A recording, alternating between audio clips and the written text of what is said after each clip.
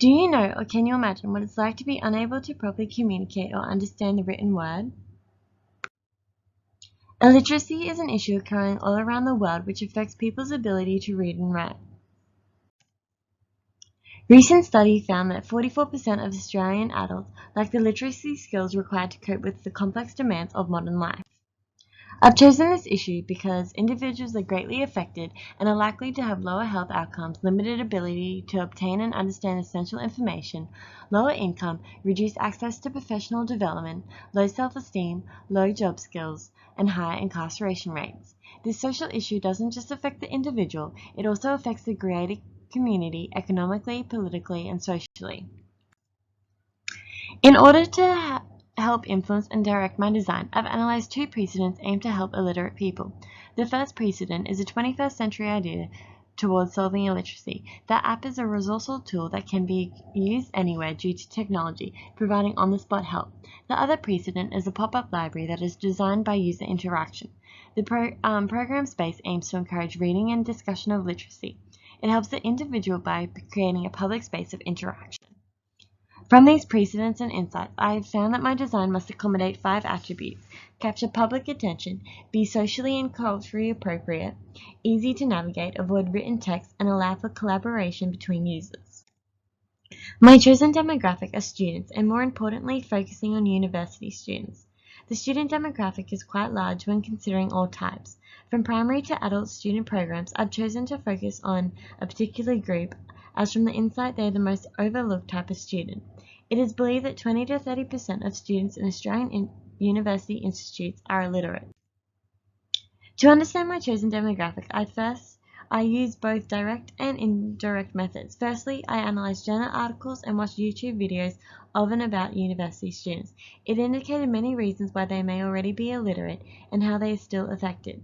The most prevalent and insightful information is that students believe they would have done better when given more individual attention. This was also concluded when observing students undertaking daily tasks and activities. A lot of students are found to be a lot more attentive and responsive to quiet spaces for individual concentrated learning. Another important and obvious observation is how students behave in larger learning groups compared to smaller learning groups.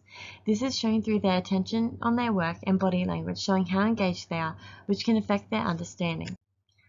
I've chosen to design a pop-up library for a number of reasons to help with illiteracy. It's a cost-effective and simple approach that can enhance the image of literacy importance in the community, promote illiteracy to the wider community, while also attempting to successfully solve the social issue. From the typology study on pop-up library spaces, I have found that form is an interesting way to capture the user's attention and allure them into the space.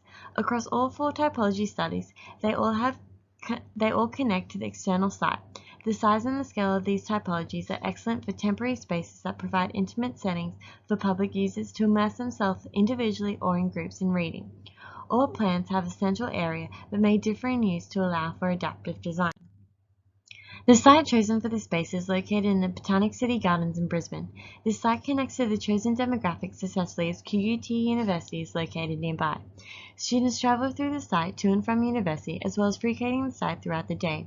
In designing an inclusive space, others in society are most definitely encouraged to participate and explore the pop-up library space. Other users are people who may live, work, or visit the site, such as tourists, elderly, locals, and families. The main consideration taken from the sensory map is that there is a lot more activity and distraction taking place where the university is located. Using the garden area as a relaxed and stress-free environment away from university gives the students a different learning space compared to what they are used to. Based on the inspiration and insight, my design concept will focus on creating a harmonious space, encouraging literacy interaction with students on a community scale and individually. The intimate pop-up space will be an open-ended form that entices users to participate in reading and writing. Since the information above shows that students learn better in smaller groups and more successfully engage, the space is going to remain on a smaller scale that is inclusive to all, but has the ability to focus on the individual. The central area will be spacious and allow for collaborative activities, allowing people to learn from each other and also provide individuals with more private, intimate spaces. It will also use surrounding site context to create a much more engaging space.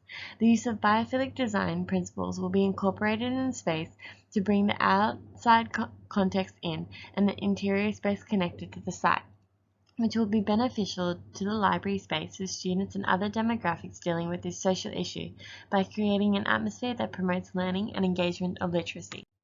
Thank you.